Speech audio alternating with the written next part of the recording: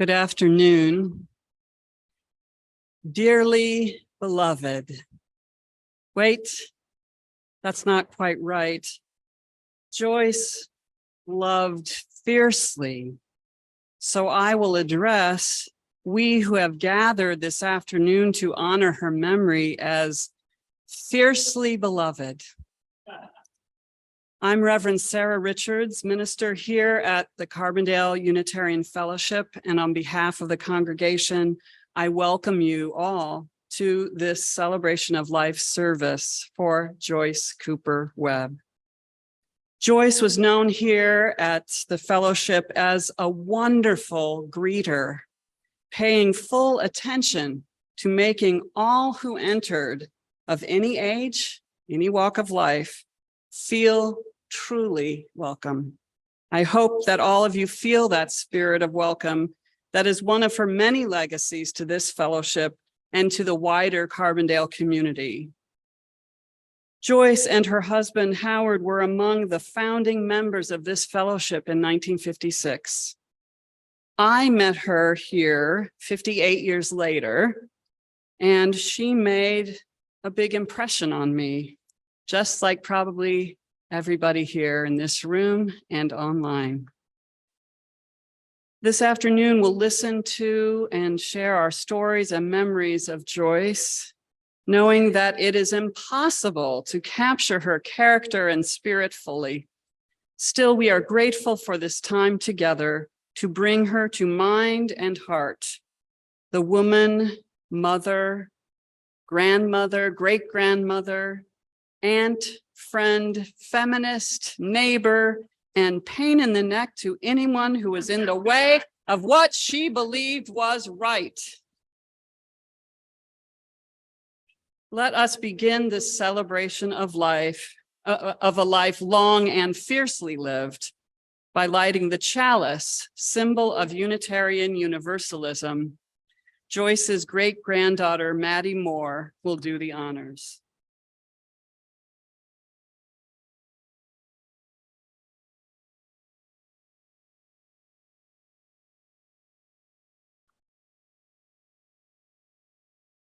Hello. If we are lucky, we will all get a chance during our life to know someone who becomes for us an example of living. And if we are really lucky, we will recognize how they ended up passing on some of their goodness to us, if we are lucky. But one thing is certain, no one, not one of us, entering this world can escape the cost of living. The price we pay is this. To live in this world, we must accept that someday we will have to die. To love what is alive, we must accept having to lose what we've made precious through our care. To be fully and fiercely human, we must accept having to be breakable and sometimes broken. When we stop to notice how their life gave us a path and a little light to see by,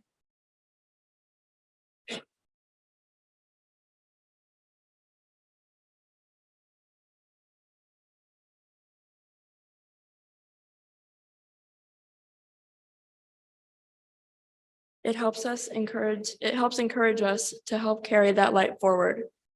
Though each of us carries forth in this world a small flame, we know that the ability of that light to brighten the world depends upon the many others who learn to walk with it in their hearts. We light this chalice today to honor the life and the living of a truly bright light, Joyce Webb.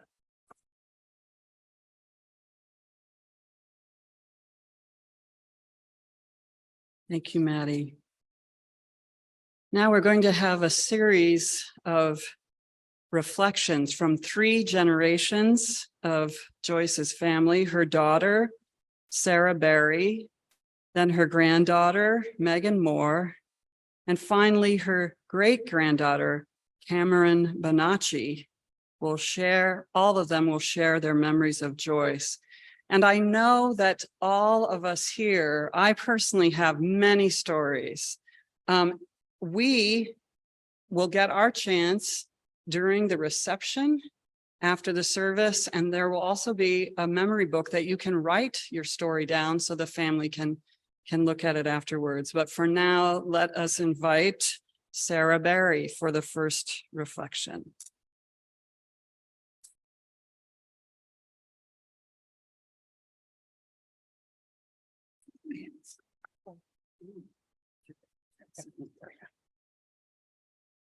Okay, yeah, got it. That's it. Hi. Thank you for joining our family today in this celebration of our mother, Joyce Moore Cooper Webb. I'm her youngest daughter, Sarah Webb Berry. She would have been thrilled that we managed to get all of her living descendants here today. I'd like to take a moment to introduce our family. My husband and my children, Zach and Louie, are sitting in the front row next to my sister, Amy, and her husband, Mike Jackson. In the next row, you'll see my niece, Megan, her husband, Sean Moore. Her daughter, Cameron, is next to Sean. Cameron's husband, August Bonacci. Then we have, let's see, Maddie and Ian. Right behind Cameron is Amy's son, Daniel, his daughter, Katrina, and the newest member of our family, Alex Ackerman. Joyce is also survived by her sister-in-law, Jane Cooper, and nieces and nephews on both sides of our family. Mama was born April 18th, 1927 in Seattle to Ted and Martha Cooper, joining her older brother, also Ted. Her mother was an Iowa farm girl and her father came from humble beginnings in St. Charles, Missouri. Her mother's skills learned on the farm helped them survive the Depression after her father lost his job and they lost their home. Her favorite relative was her mother's mother, who was born before the Civil War and lived long enough to meet both my older brother Howie and my sister Amy. Both of these women lived to great age and set Mama up with the image of strong women raising families. Mama was a bright child who entered high school at 12. She craved learning, and her parents, who had little education, valued it for their children. After high school, she entered the University of Washington. It was while a student there at the end of World War II that she met the love of her life, a young ensign from Dayton, Ohio, our dad, Howard. They both knew quickly that they had met their match. Dad returned to Ohio to complete his undergraduate degree, and Mother moved to Washington, D.C., where she worked at the Coast Guard until their marriage, November 20th, 1947. They spent a year in Dayton, Ohio, where their first child was born in 1948, our brother, Howard William Webb III. They moved to Iowa, where Dad completed his education. Amy was born in 1953 while they were at school in Iowa. As a matter of fact, Dad was in a panic because she was in the middle of typing his dissertation and continuously told her to make that baby wait. Not long after that, they moved to Warrensburg, Missouri, where he began his teaching career.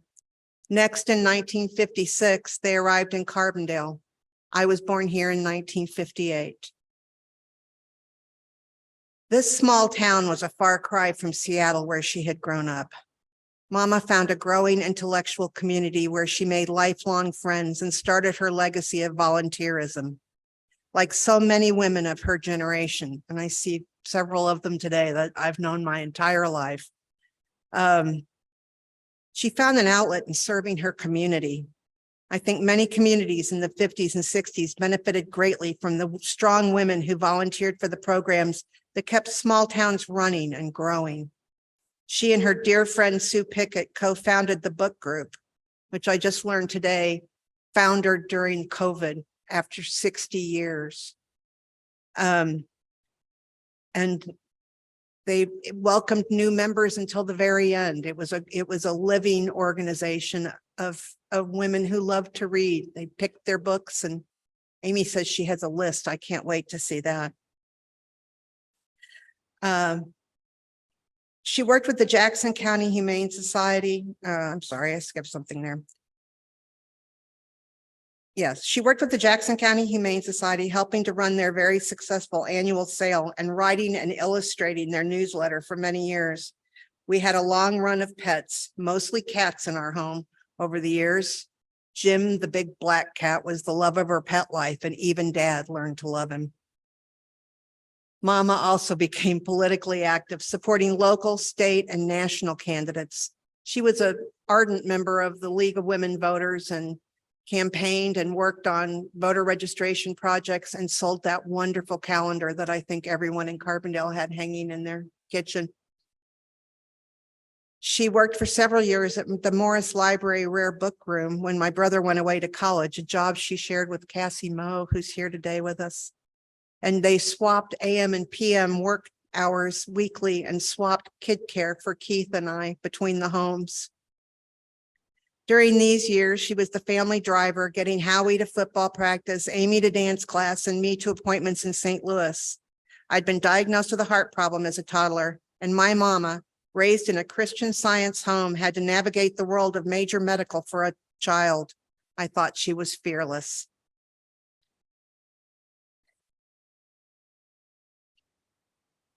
On November 1, 1970, our parents' lives were shattered when Howie was killed in a car accident. This loss changed all our lives. Mother began looking for other ways to work in the city. She started working at the Pink Geranium at Carbondale Memorial and took me along, so I became a volunteer there too, my first volunteer job.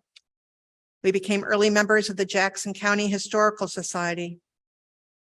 Most significantly for her at this time was her role as a community activist and feminist at a time when women were becoming more active, demanding equal rights. A group of her friends had begun exploring establishing a center for women, specifically women in need, women who needed to escape safely from abusive relationships, women who needed support when they were sexually assaulted, a real problem in a college town. Together, they all established the Carbondale Women's Center. From the get-go, Mom served her weekly time answering phones and performing intakes. She worked to raise funds and served on their board. She got active in seeking the approval of the ERA, including attending the famous convention in Washington, D.C. in 1977. Eventually, she trained for and worked as a rape call-out counselor, supporting victims of sexual assault on a one-on-one basis, a job she didn't wish to do while her daughters still lived in town. Mom had found her true calling at the center. Every Tuesday morning, she was manning the desks and phones. She often rode her bike to work. Many of you may remember seeing Mom riding around town on her bike. She did all her errands when weather was good on her black bicycle. She raised her daughters who grew and left home, and Mom continued working for the Women's Center. Mom and Dad were thrilled to become grandparents when Amy produced Megan and took this very seriously. Visiting and traveling with Megan and Dan as they grew up and establishing close, trusting relationships with them was an immense source of pride for them. Great-grandchildren were icing on the cake. Imagine her surprise when I supplied 2 more grandkids 30 years after Amy started that generation. I'm sorry my kids missed knowing Papa, but Nana lavished them with love, and I've heard she liked to tell stories about them as well. Sorry, guys. Mama also provided daycare to 2 generations of our family, caring for Megan and Cameron in their infancy. Our mother, following in the footsteps of 2 strong-willed women in her own life, set an example for her daughters, grandchildren, and great-grandchildren. She helped her husband build a wonderful career, from typing that dissertation, hosting visiting professors, writers, and interviewees, to seeing him retire. All of us were educated by her respect to all sexes and genders, all races and religions. It would never occur to her to dismiss anyone she met. She never met a stranger because she took the time to get to know people. She also left a legacy with interviews she did for the Illinois State Archives. There are 2 wonderful interviews. The first one features more of her early life, and the other one is more about her role as an activist and feminist. And you can go to the Illinois State Archives site and listen to her lovely voice telling these great stories and reflect on not only her, but also on the legacy of these 20th century women. Mom and Dad's ashes will be interred at Oakland Cemetery at a later date. They'll be next to our brother. A memorial bench will be placed there, and we'll try to let people know. Thank you so much for joining us today. Megan?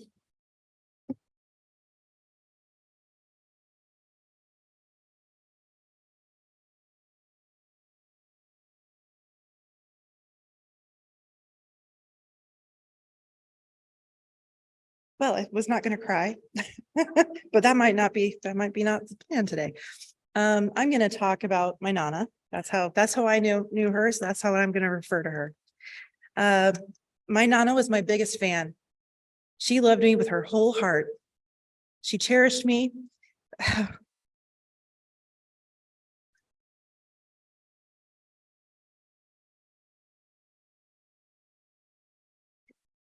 Okay.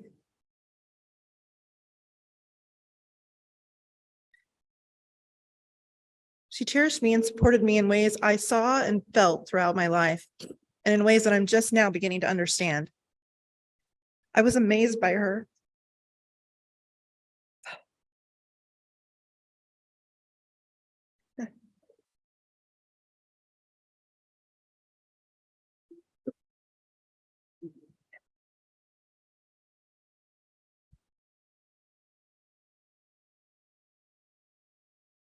I watched her so closely and admired the way she confidently entered a room,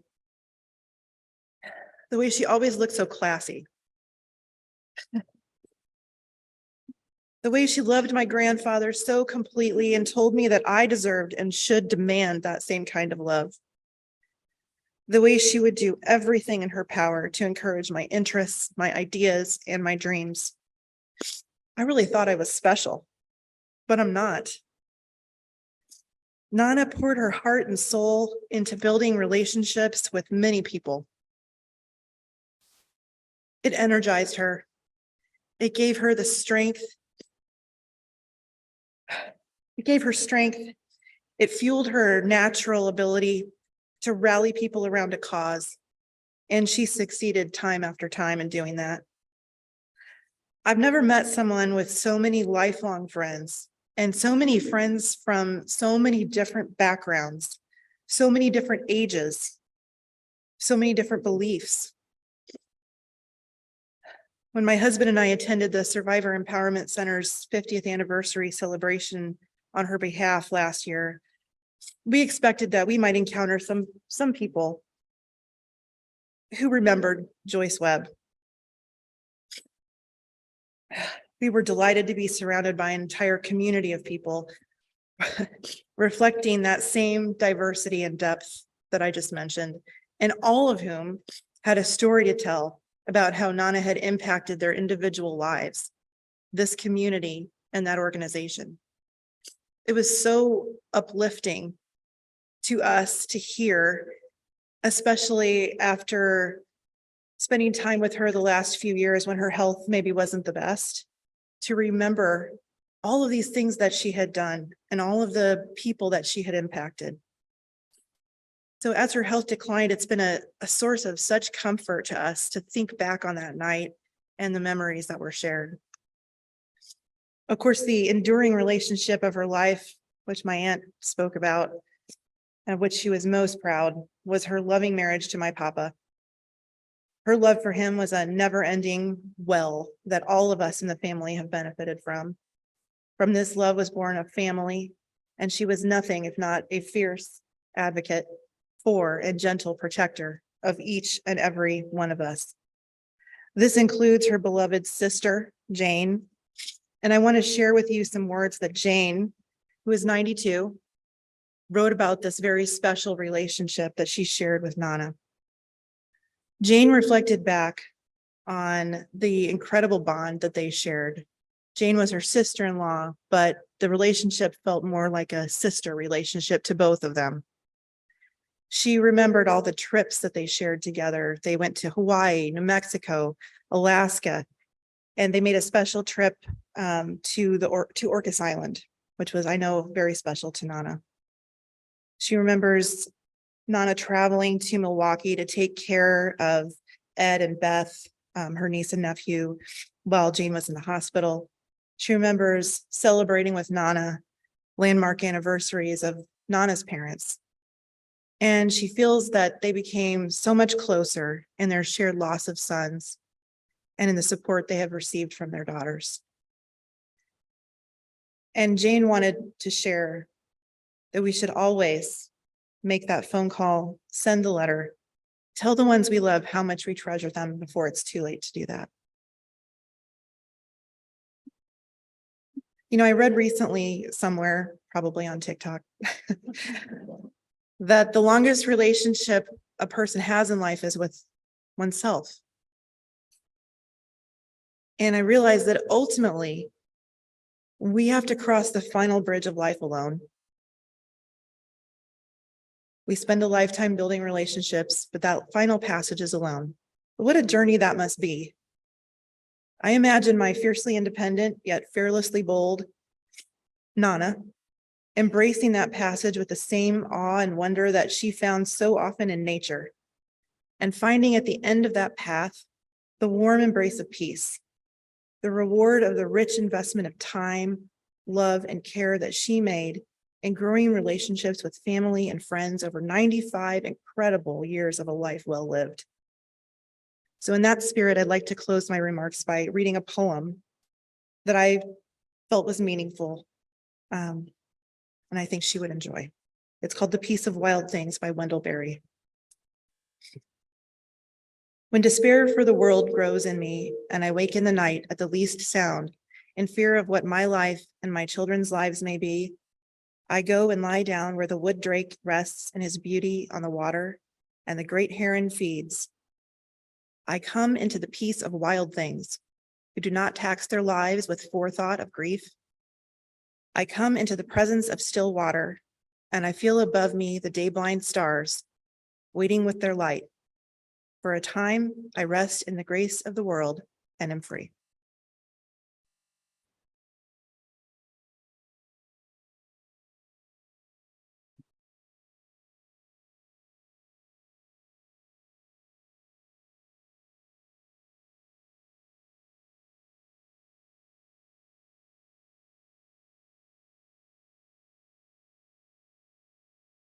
Hello. I'm Joyce, or Nana's great granddaughter. So I'll refer to her as Nana also.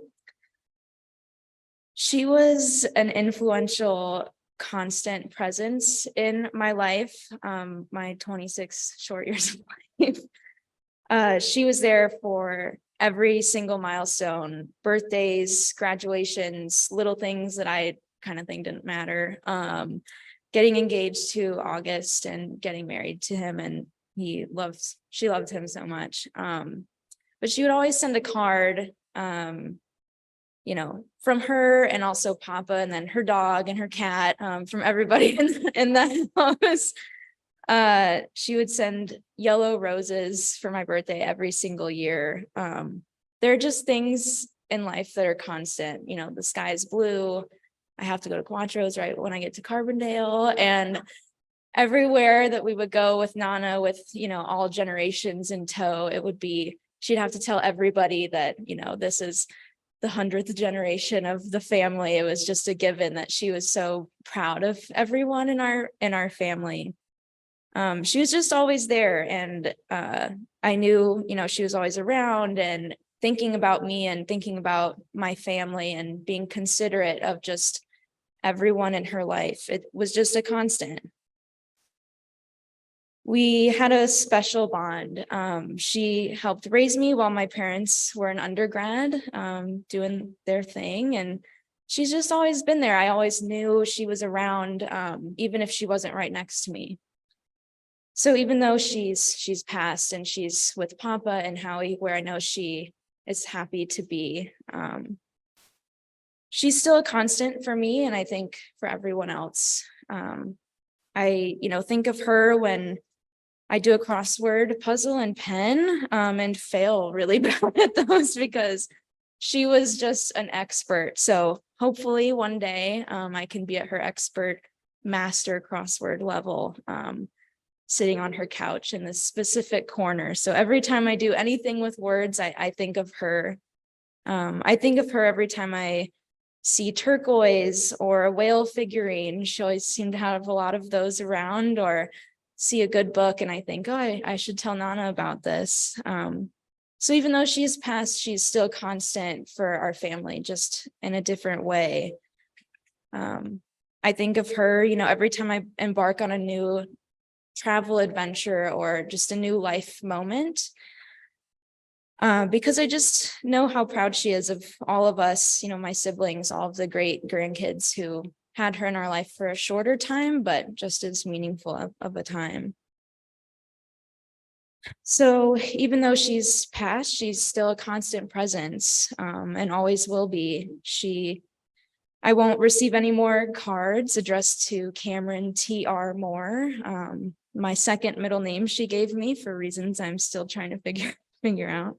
But I'm honored and just grateful for all of the times we've had together and all of our memories and just little jokes and the way she laughs when she would walk into a room at Christmas, and she had this very like boisterous Joyce laugh. So yeah, she's not here physically, but I can feel her around me and guiding my decisions and my thoughts. So I'm honored and grateful just for all she's given me and shown me in life so far, and will continue to teach me as I embark on the rest of my life journey. And with August and my siblings and everyone around me, she's still a constant. She's just evolved as Joyce does. So thanks.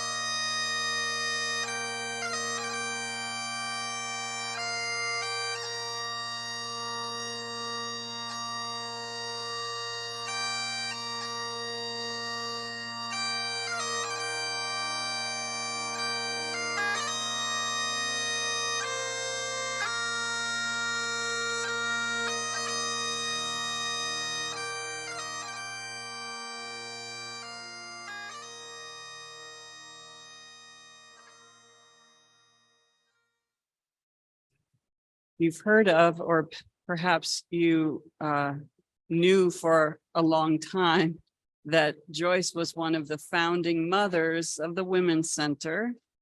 And today we have Jennifer Gully, who is the executive director of the Women's Empowerment Center, which is the new evolution of the Women's Center, to give an appreciation.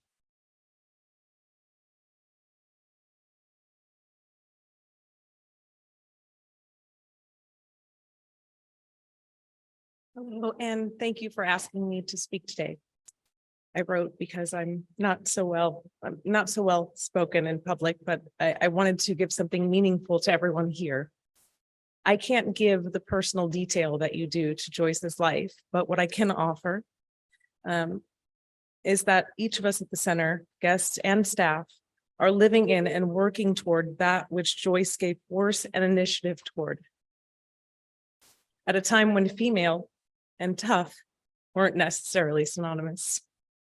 So in some way, we exist in her effect, a representation of love and kindness, expecting nothing in return. To have inspired such lasting positivity and hope during and after her own existence fully expresses the culmination of selfless giving Joyce surrendered into this life. In so many ways, we will continue to celebrate her life every day at the center. The test for progress is not whether we add more to the abundance of those who have much. It is whether or not we provide enough for those who have too little. Thank you.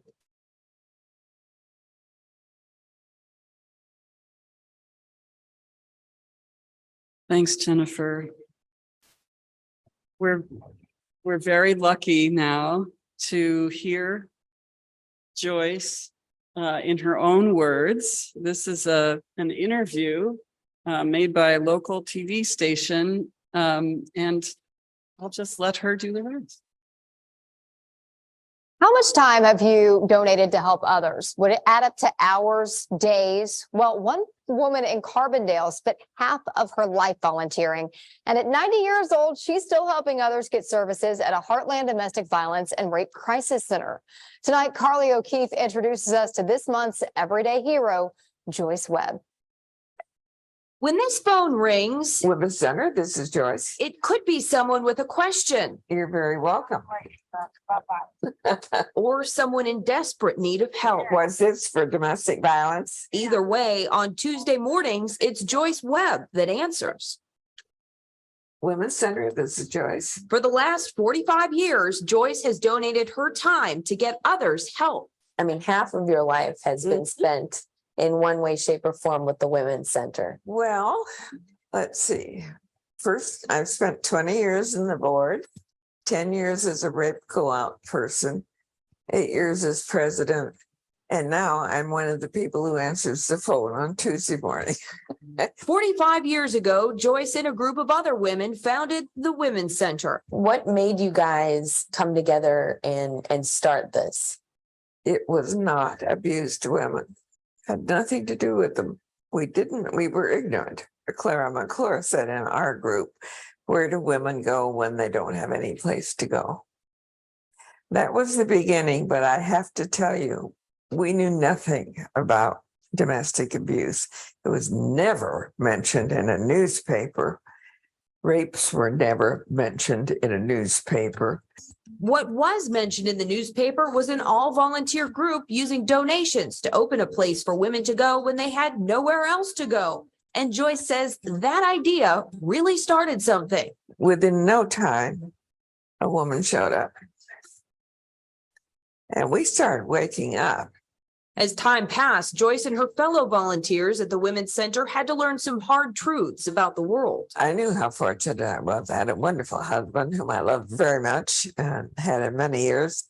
And I couldn't believe the stories I would hear, the things people did to people. As more women in need kept coming to its doors, the Women's Center grew. All of us involved grew as the Women's Center grew. And I'm very proud of that too. The center relocated from the 2-bedroom house where it all started to another building and then later to its current location that houses a domestic violence shelter and offers rape crisis services to survivors in several Southern Illinois counties. Joyce is absolutely amazing. And if it wasn't for her and all of the other ladies involved, we wouldn't be here today. And which means thousands of clients that we've had in those 45 years would have never gotten help, wouldn't be safe, and their kids wouldn't have grown up in a healthy environment. Now, at age 90, Joyce admits she can't do all that she used to be able to do. And as you see, I'm wonderful going up a step.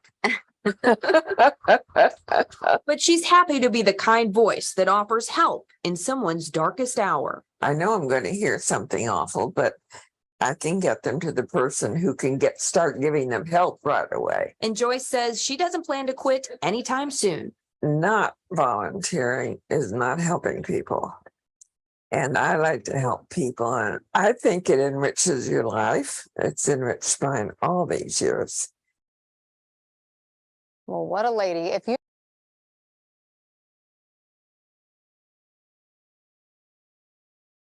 Oh, it's great to see her again.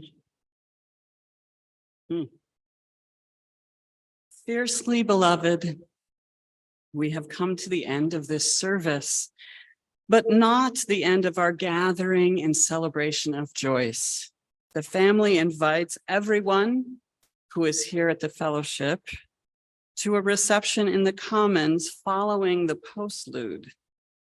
And a note about that selection. The postlude is a song called White Wings.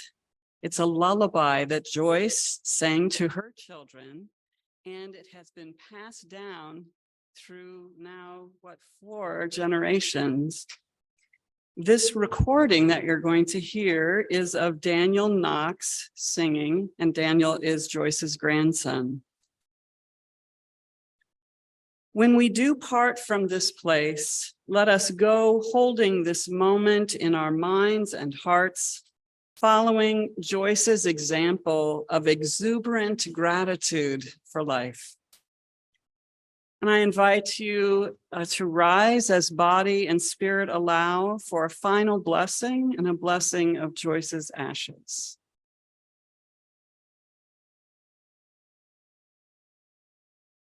These words are by Ade Ama Raba. Claimed by death, we remember Joyce's life. Blessings for a life well lived. Blessings for her peaceful departure. Blessings for her shared friendships. Blessings for her humor and wisdom. Blessings for her faithful service in this community. Blessings for her curiosity and zest for life. Blessings for her love of family. Blessings for the known and the mystery. Blessings on Joyce's ashes. Amen. Go in peace. But please be seated for the postlude.